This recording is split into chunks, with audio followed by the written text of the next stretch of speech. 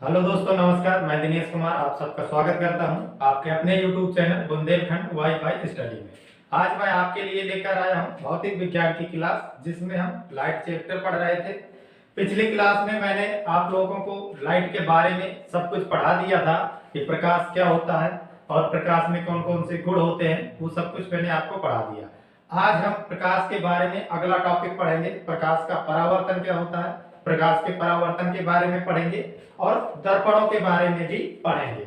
जो भी क्वेश्चन पूछे जाते हैं दर्पण से संबंधित और प्रकाश के परावर्तन से संबंधित, वो सारी चीजें हम आज कवर करेंगे।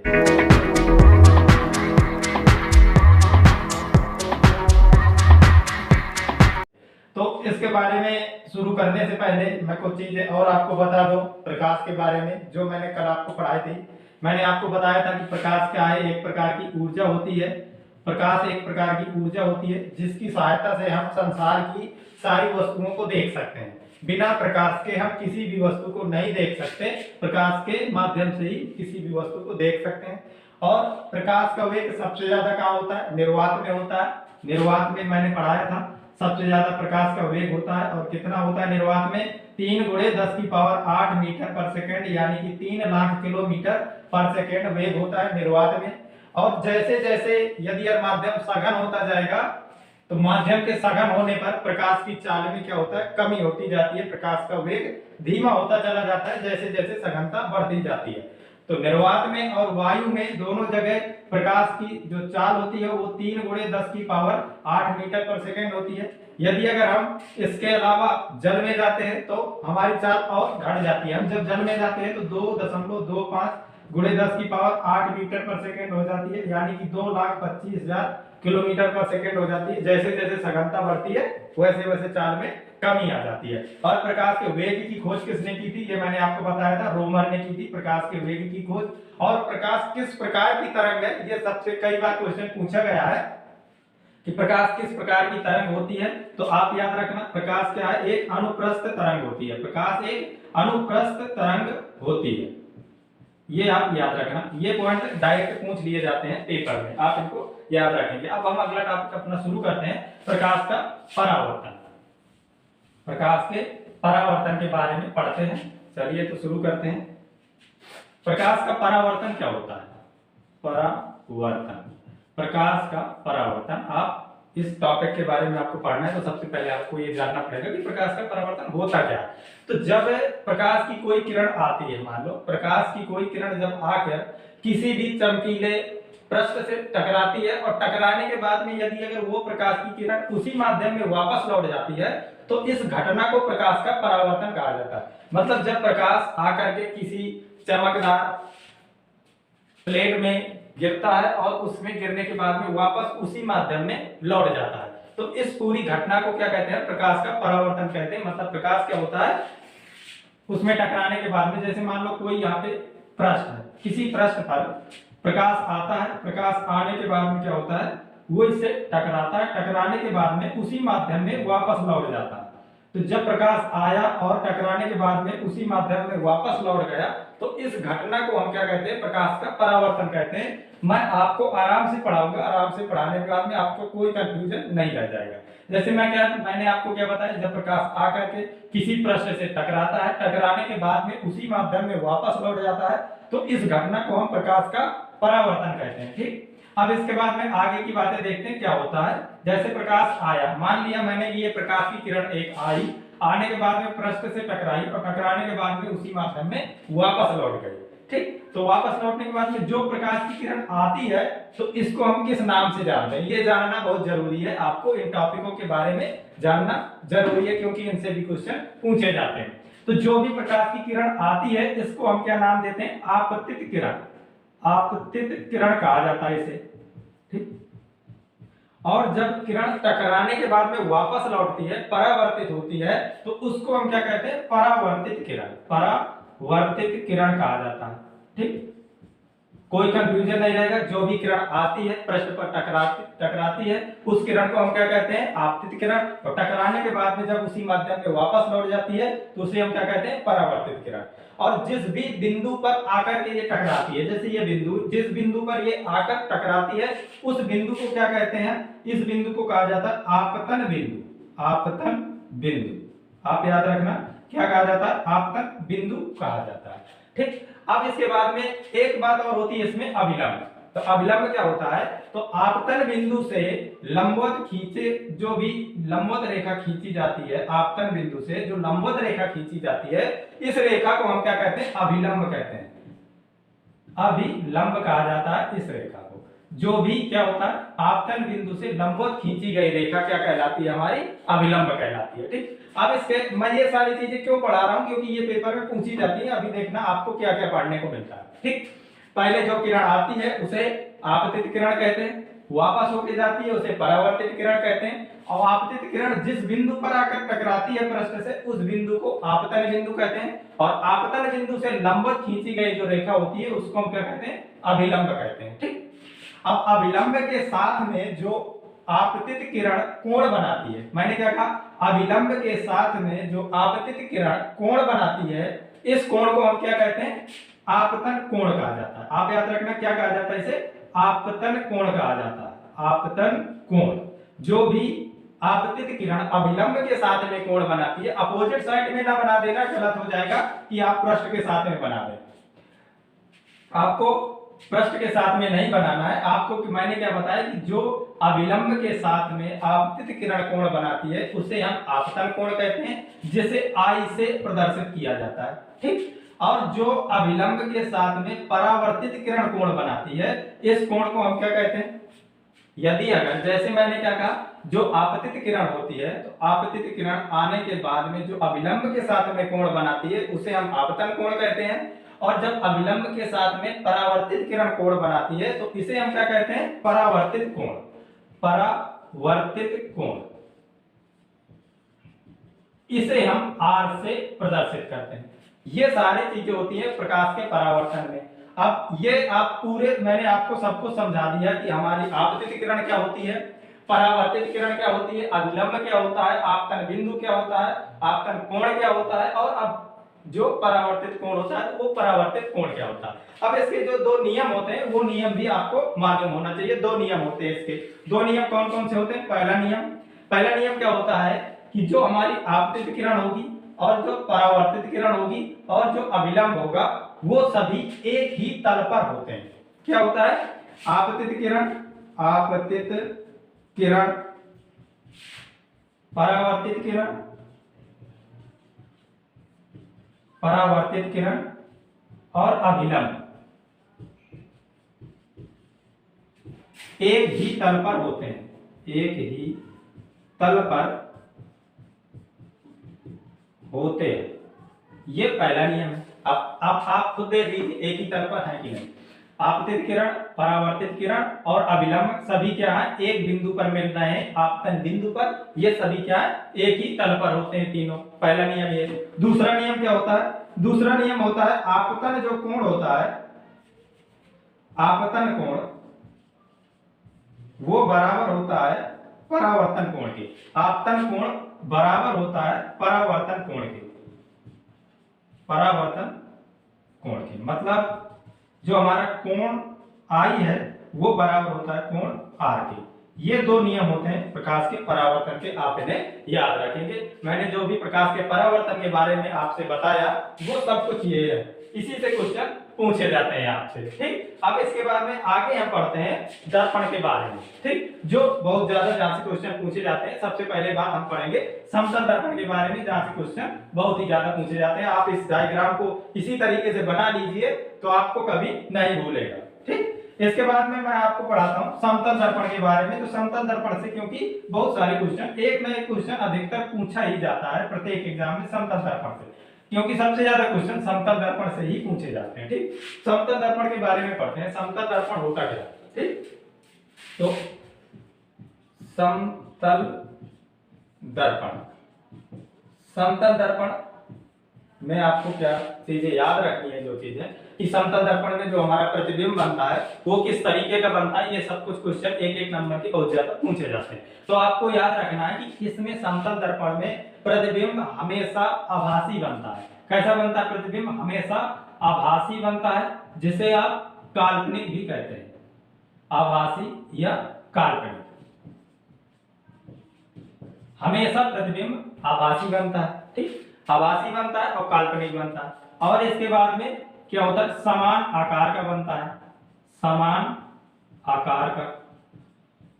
और सबसे बड़ी बात ये होती है कि ये समान दूरी पर बनता है। मतलब मैं आपको समझाता हूं क्या है। जैसे मान लेते हैं कि ये समतल दर्पण है, ये समतल दर्पण है, तो जितनी दूरी मैं समतल दर्पण से रहूंगा प्रतिबिंब भी उतना ही समतल दर्पण में उतनी ही दूर बनेगा। मतलब जैसे जैसे मैं समतल दर्पण के पास जाऊंगा वैसे ही वो प्रतिबिंब भी पास आता जाएगा। जितनी दूरी पर मैं रहूंगा दर्पण से उतनी दूरी पर प्रतिबिंब भी मेरा बनता है। मतलब कि समान दूरी पर बनता है, समान दूरी पर बनता है। ये बातें आप याद रखेंगे, ये पॉइंट्स बहुत ज्यादा पूछे जाते हैं कि समतल दर्पण में प्रतिबिंब कैसा बनता है, किस आकार का बनता है और कितनी दूरी पर बनता है, ठीक। अब इसके बाद में समतल दर्पण में और क्या क्वेश्चन आता है कि यदि अगर समतल दर्पण में क्या खासियत होती है।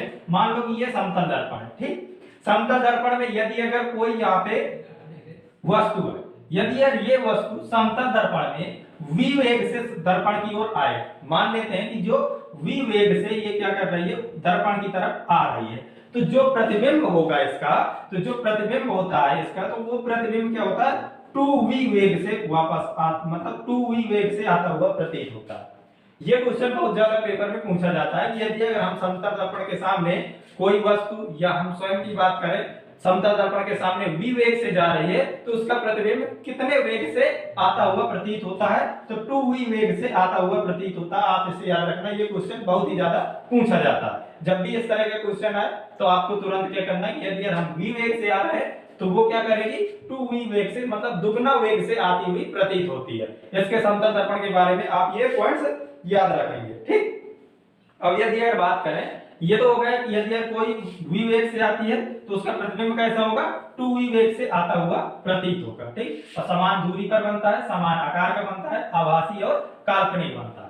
ये बातें आप इसमें याद रखेंगे। अब इसके बाद में यदि बात करें कि जैसे मान लो ये समतल दर्पण है, ठीक, तो समतल दर्पण यदि ये है और कोई वस्तु है, मान लेते हैं ये वस्तु है, ठीक, या व्यक्ति है, कोई भी व्यक्ति या वस्तु मान लेते हैं कि ये है, और ये समतल दर्पण है, ठीक। तो समतल दर्पण जो होता है, तो ये क्वेश्चन अधिकतर पूछा जाता है कि यदि हमें समतल दर्पण पे अपनी पूरा प्रतिबिंब देखना है, मतलब पूरी फोटो देखनी है, पूरा प्रतिबिंब देखना है, तो व्यक्ति की या वस्तु की लंबाई से कम कितनी लंबाई का दर्पण होना चाहिए, तब हम उसमें अपना पूरा प्रतिबिंब देख सकते हैं। ये क्वेश्चन बहुत ज्यादा पूछा जाता है। तो यदि जैसे जो दर्पण की लंबाई होती है तो वो वस्तु की लंबाई से कम आधा होना चाहिए। मतलब यदि अगर ये 1 मीटर का है तो ये कम से कम आधा मीटर का होना चाहिए, मतलब कम से कम आधा होना चाहिए, तभी हम अपना पूरा प्रतिबिंब देख सकते हैं। यदि दर्पण की लंबाई वस्तु की लंबाई से आधी नहीं होगी तो उस वस्तु का प्रतिबिंब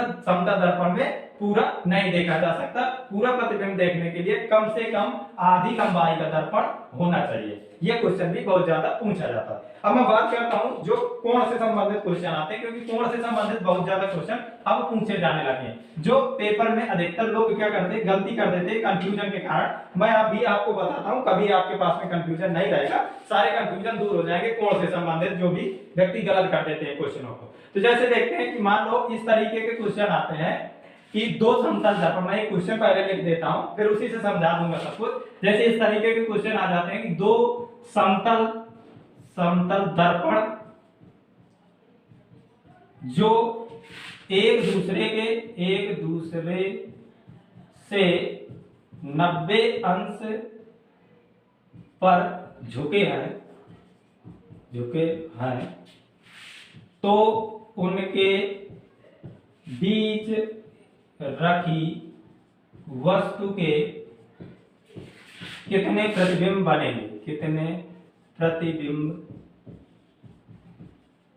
बनेंगे। मैं अभी आपको प्रतिबिंब के बारे में भी मैं आपको सब कुछ बताऊंगा, प्रतिबिंब क्या होता है, प्रतिबिंब कितने प्रकार के होते हैं, सब कुछ बताऊंगा पर, लेकिन वो थोड़ा आगे। अभी देखते हैं समतल दर्पण के बारे में हम पढ़ रहे हैं। तो समतल दर्पण में इस प्रकार के क्वेश्चन बहुत ज्यादा पूछे जाते हैं कि यदि दो समतल दर्पणों को किसी कोण पर झुका दिया जाता है और किसी कोण पर झुकाने के बाद में उनके बीच में कोई वस्तु रखी जाती है तो उसके कितने प्रतिबिंब बनेंगे, इस प्रकार के क्वेश्चन बहुत ज्यादा पूछे जाते हैं। तो इसमें 3 प्रकार होते हैं, 3 प्रकार से कोण बनता है, 3 टाइप होते हैं इसके, और वो बिल्कुल सिंपल है, कोई हार्ड नहीं है, हर व्यक्ति उन्हें कर सकता है, पर लेकिन उसे मालूम होना चाहिए, आसानी के साथ में कर सकता है, कोई दिक्कत नहीं होती। अब जैसे ये क्वेश्चन है कि मैंने ले लिए 2 समतल दर्पण, ठीक, और 2 समतल दर्पण क्या है कि एक दूसरे से ये 90 डिग्री पर क्या है झुके हुए, और इनके बीच में कोई वस्तु रखी है, कहीं पर भी रखी हो, बीच में रखी हुई है, ठीक, कोई वस्तु रखी है। तो ये पूछ रहा है कि इस वस्तु के कितने प्रतिबिंब बनेंगे। तो इसके लिए सबसे पहले आपको क्या करना है, केवल एक ही कॉन्सेप्ट लगाना है। सबसे पहले आपको उसमें 360 में जितने कोण पर झुके, जितने कोण पर झुके उतने से आपको भाग दे देना। 90 अंश के कोण पर झुके तो आप 90 से उसे विभाजित कर दीजिए। तो मैंने सीधे क्या किया कि 90 अंश से भाग दे दिया। 90 अंश से भाग देने पर क्या प्राप्त हुआ मुझे, मैंने विभाजित किया तो 9 को 36 4 प्राप्त हुआ, ठीक। अब 90 अंश से भाग देने के बाद में अब आपको दिमाग यहाँ पे बस यहीं पर आपको थोड़ा सा सोचना है, यदि अगर 90 अंश जैसे जो भी कोण दिया होगा उस कोण से यदि हम 360 में भाग देते हैं तो भाग देने के बाद में हमें 2 प्रकार की संख्या प्राप्त होंगी, या तो हमें सम संख्या प्राप्त होगी या तो हमें विषम संख्या प्राप्त होगी। बस आपको यही चीज देखना है कि विषम संख्या प्राप्त होती है तब क्या करना है, सम संख्या प्राप्त होती है तब क्या करना है, बस आपको केवल इतना देखना है। अब देखना क्या हुआ, मैंने आपको क्या बताया, या तो सम संख्या प्राप्त होगी या तो विषम संख्या प्राप्त होगी। अब यदि अगर विषम संख्या प्राप्त होती है तो आपको उसमें कुछ चेंज नहीं करना, वही आपका उत्तर होगा। अब यदि हमें सम संख्या प्राप्त होती है तब हमें क्या करना है, जैसे इसमें क्या हुआ, सम संख्या प्राप्त हुई, हमारा क्या निकल गया है, 4 निकल गया है। तो जब भी सम संख्या प्राप्त होती है तब आपको क्या करना है, इसमें 1 घटा देना है। तो आपने 1 घटाया तो हमारा 3 निकल गया है, यानी कि कितने प्रतिबिंब बनेंगे, 3 प्रतिबिंब बनेंगे। अब यदि विषम संख्या प्राप्त होती तब हमें कुछ नहीं करना था, हमारे उतने ही प्रतिबिंब बनते जितनी हमारी संख्या निकल के आती। और यदि सम संख्या निकल के आती है तब आपको क्या करना है, जितना भी सम संख्या निकल के आता है उसमें 1 आपको माइनस कर देना है, तो आपके प्रतिबिंबों की संख्या आपको पता चल जाएगी। जैसे मान लो कि यदि होता उनके बीच का कोण मान लेते 40 अंश दिए होता, 40 अंश, उनके 40 अंश के कोण पर दर्पणों को यदि वो झुका देता, जैसे यहाँ पे क्या होता 40 अंश दे देता, तब आप क्या करते, 40 से भाग देते। तो 40 से मैंने भाग दिया तो कितना प्राप्त होगा, 0 से 0 काटा, 4 9 36 यानी 9 प्राप्त होगा। अब मुझे क्या हुआ, मुझे विषम संख्या प्राप्त हो गई। तो विषम संख्या प्राप्त हो गई तो अब मुझे इसमें कुछ भी माइनस नहीं करना है, यानी मेरे प्रतिबिंबों की संख्या कितनी होगी, 9 हो जाएगी। तो आपको बस यही चीज 2 बातें याद रखनी है कि यदि सम संख्या प्राप्त होती है तो आपको -1 कर देना है, यदि विषम संख्या प्राप्त होती है तो आपको कुछ नहीं करना, वही आपका आंसर होगा। अब इसके बाद में तीसरी, ये 2 कंडीशन हो गई आपकी, जो मैंने बताया इसमें 3 प्रकार की कंडीशन होती है, तो आपकी ये 2 कंडीशन हो गई। अब तीसरी कंडीशन कब लागू होती है, तीसरी कंडीशन क्या होती है, अब देखना क्या होती है, जैसे मैंने आपको ये बताया। अब यदि अगर जैसे इसमें क्या है कि वस्तु कहीं पर भी रख दिया, ठीक। अब यदि अगर सवाल में थोड़ा सा चेंज वो कर दे कि 2 समतल दर्पण जो एक दूसरे से 90 अंश पर झुके हैं, ठीक, 90 अंश से झुके हैं, तो उनके बीच रखी वस्तु के प्रतिबिंब कितने प्रतिबिंब बनेंगे, ये पूछ रहा है।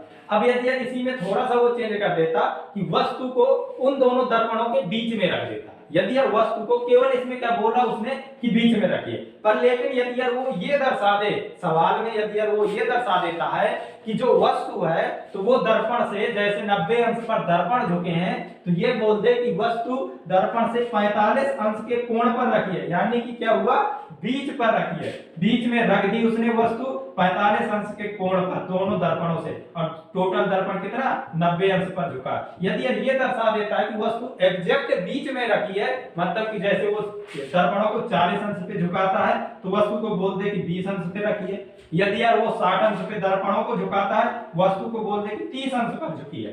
तब यदि इस प्रकार की कंडीशन आती है तब आपको क्या करना है कि कुछ भी आए, चाहे वो 360 में भाग देने के बाद में सम आए या विषम आए, आपको -1 करना पड़ेगा। यदि यही बोल देता है, जैसे मान लो ये सवाल मैं ले लेता, एक सवाल मैं ले लेता हूं,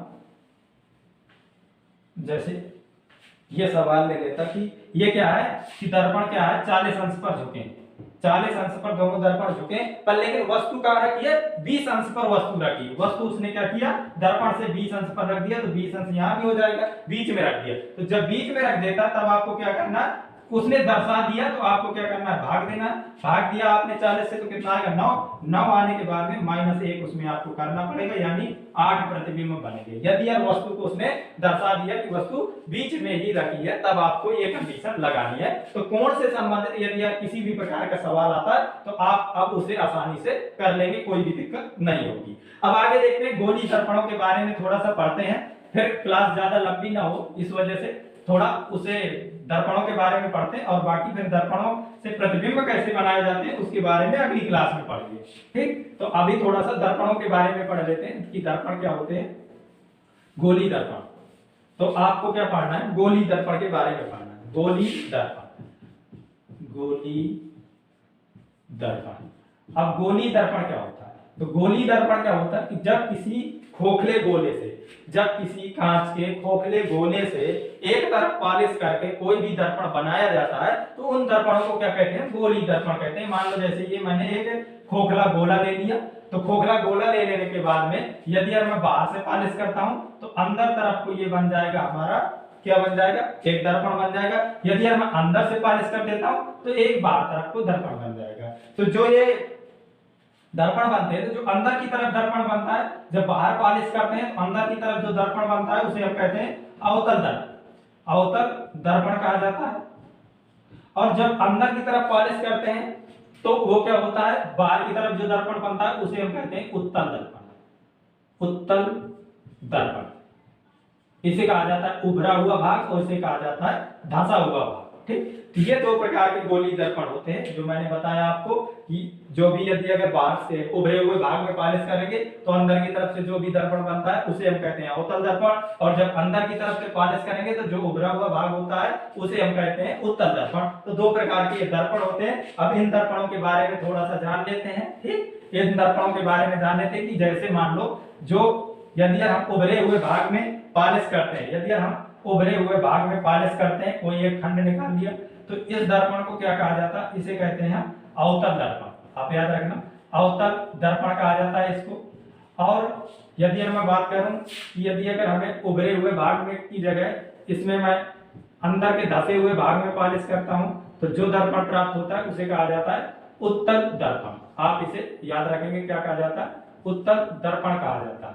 ठीक, अब इसमें थोड़े से कुछ चीजों के बारे में जानना जरूरी है कि जो इसमें पॉइंट्स होते हैं वो कौन कौन से पॉइंट्स होते हैं। तो मैं इनके बीच में एक रेखा खींचता हूँ, ऐसे एक रेखा खींचता हूँ, जिसे क्या कहा जाता है मैं अभी आपको बताता हूँ। ऐसे मैंने ये एक सीधी रेखा मैंने खींच दी, इसमें तो सीधी नहीं खींची है पर लेकिन आप मान के चलिए ये सीधी रेखा है। ठीक, तो इसमें जो सबसे पहले पॉइंट्स आपको याद कौन कौन से रखने हैं, इसमें क्या क्या बातें होती हैं। जैसे आपको पता होना चाहिए कि ध्रुव क्या होता है। ठीक, ध्रुव क्या होता है, वक्रता केंद्र क्या होता है, वक्रता केंद्र क्या होता है, और वक्रता त्रिज्या क्या होती है, वक्रता त्रिज्या क्या होती है, मुख्य अक्ष क्या होता है, मुख्य अक्ष, और इसमें फोकस क्या होता है, फोकस या जिसे मुख्य फोकस भी कहते हैं। फोकस दूरी क्या होती है, फोकस दूरी क्या होती है, और फोकस तल क्या होता है, फोकस तल क्या होता है। ये सारे बिंदु आपको पता होने चाहिए दर्पण में।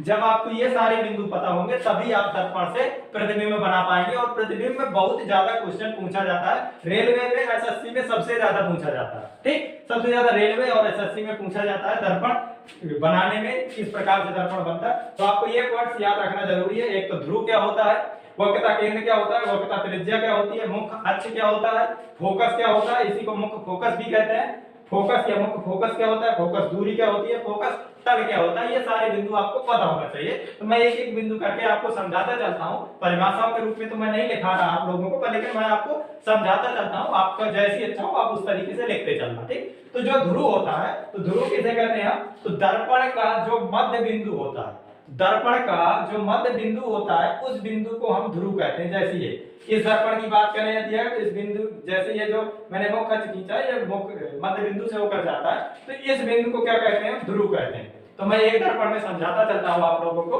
तो इस बिंदु को हम क्या कहते हैं, ध्रुव कहते हैं। तो ध्रुव क्या होता है, ध्रुव होता है दर्पण का मध्य बिंदु को हम ध्रुव कहते हैं। आप इस बात को याद रखेंगे, ठीक। अब इसके बाद में यदि मैं बात करूं कि वक्रता केंद्र क्या होता है, ठीक। तो अभी मैंने आपको बताया कि जो गोलीय दर्पण होता है, तो वो गोलीय दर्पण क्या होता है, एक खोखले गोले से बनता है, ठीक। एक खोखले गोले से बनता है। तो ये जो दर्पण है, अवतल दर्पण है, ये जो अवतल दर्पण जिस भी खोखले गोले का भाग है, जिस भी खोखले गोले का खंड है, तो उस खोखले गोले की जो भी, उस खोखले गोले का जो भी केंद्र होगा, वही इसका क्या होता है, केंद्र होता है। वही इसका केंद्र होता है दर्पण का। तो उस केंद्र को हम क्या कहते हैं, वक्रता केंद्र कहते हैं। जैसे मान लो ये इस केंद्र वाले खोखले गोले का भाग है, तो इसे हम क्या कहेंगे, वक्रता केंद्र कहेंगे। वक्रता केंद्र कहा जाता है।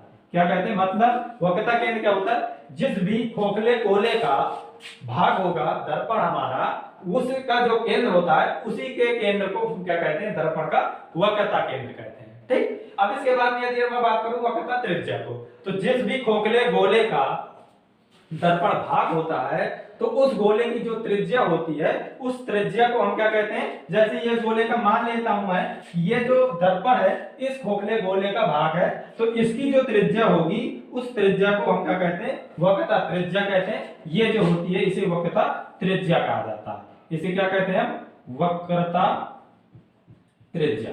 आप याद रखना, वक्रता त्रिज्या होती है ये।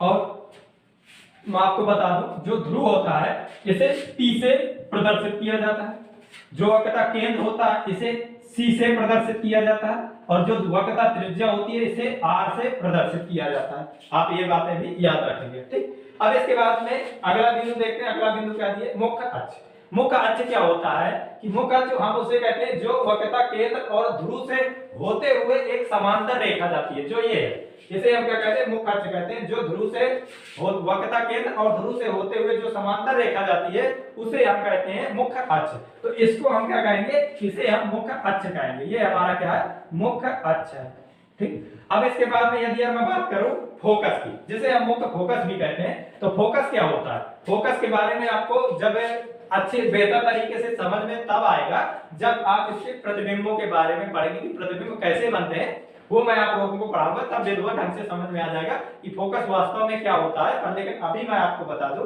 कि फोकस क्या होता है, कि जो जैसे कोई, मान लो मैं यहाँ पे समझाता हूँ थोड़ा सा आपको। जैसे मान लो कोई दर्पण, ठीक, मान लेते हैं ये उत्तल दर्पण है। तो उत्तल दर्पण में जब,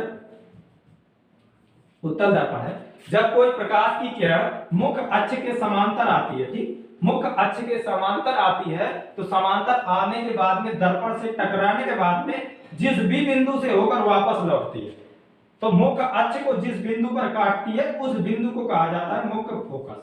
उस बिंदु को मुख्य फोकस कहा जाता है। आप याद रखना क्या होता है, जब कोई समांतर रेखा मुख्य अक्ष के समांतर आती है, मुख्य अक्ष के समांतर आने के बाद में दर्पण से टकराती है, टकराने के बाद में मुख्य अक्ष को जिस बिंदु पर भी वो काटती है, उस बिंदु को हम क्या कहते हैं, मुख्य फोकस कहते हैं। जैसे मान लो ये कोई एक समांतर रेखा आती है मुख्य अक्ष के, और टकराने के बाद में ऐसे वापस निकल जाती है, तो जिस भी बिंदु पर काटती है, इस बिंदु को क्या कहा जाता है, मुख्य फोकस कहा जाता है। मुख्य फोकस कहा जाता है, जिसे फोकस भी कहते हैं, ठीक। अब यदि हम बात करें फोकस दूरी की, तो मुख्य फोकस से ध्रुव के बीच की जो दूरी होती है, उसे हम फोकस दूरी कहते हैं। फोकस दूरी कहते हैं ध्रुव और मुख्य फोकस से के बीच की दूरी को फोकस दूरी कहते हैं, जिसे इससे एफ से प्रदर्शित किया जाता है, ठीक। इसे स्मॉल एफ से प्रदर्शित करते हैं फोकस दूरी को, और फोकस को कैपिटल एस से प्रदर्शित करते हैं। अब इसके बाद में बात आती है फोकस तल की, कि फोकस तल क्या होता है। तो फोकस तल क्या होता है कि जो हमारा फोकस होता है, तो फोकस के समांतर जो रेखा हम खींचेंगे, और इस रेखा से जो तल बनेगा, ये जो तल बनेगा, मान लो ये F1 और इसे मैं F2 कर दूं, तो ये जो F1 F2 तल होता है, इसको हम कहते हैं फोकस तल।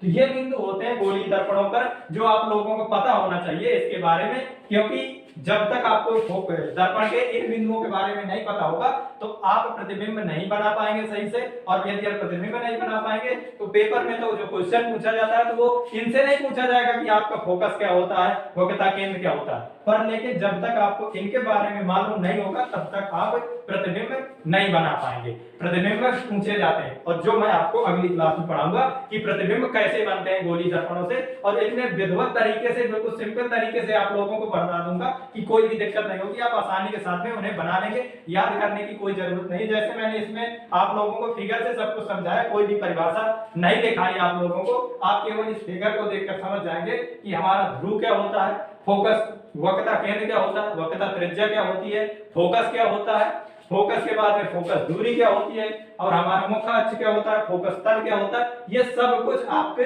समझ में आ गया होगा और आपके दिमाग में चढ़ भी गया होगा, आसानी से कोई दिक्कत नहीं होगी, क्योंकि मैंने आपको इतने सिंपल तरीके से सब कुछ बताया हुआ है। तो अगली क्लास में हम लोग दर्पणों द्वारा प्रतिबिंब कैसे बनते हैं उसके बारे में पढ़ेंगे। आप तब तक के लिए नमस्कार, ठीक है, मिलते हैं।